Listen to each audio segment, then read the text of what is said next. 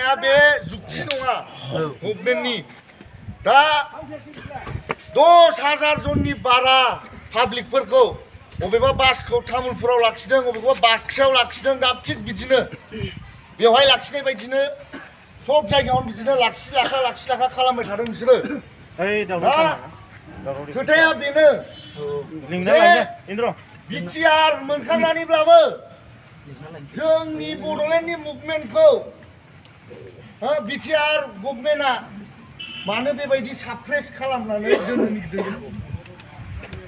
बड'लेण्ड बिनाया गाज्रि नामा बड'लेण्डआ जोंनि मोनथाय नंगौना नङा जोंनि जन्म मोनथाय बियो जोङो बर'फ्रा 6 शिड्युलनि आन्दाराव संबिधाननि आन्दाराव आर्टिकेल 3-4 नि आन्दाराव जोङो बड'लेण्डखौ मोननांगौ मोनथाया जोंनि 6 शिड्युलनि आन्दारावबो जोंहा मोनसे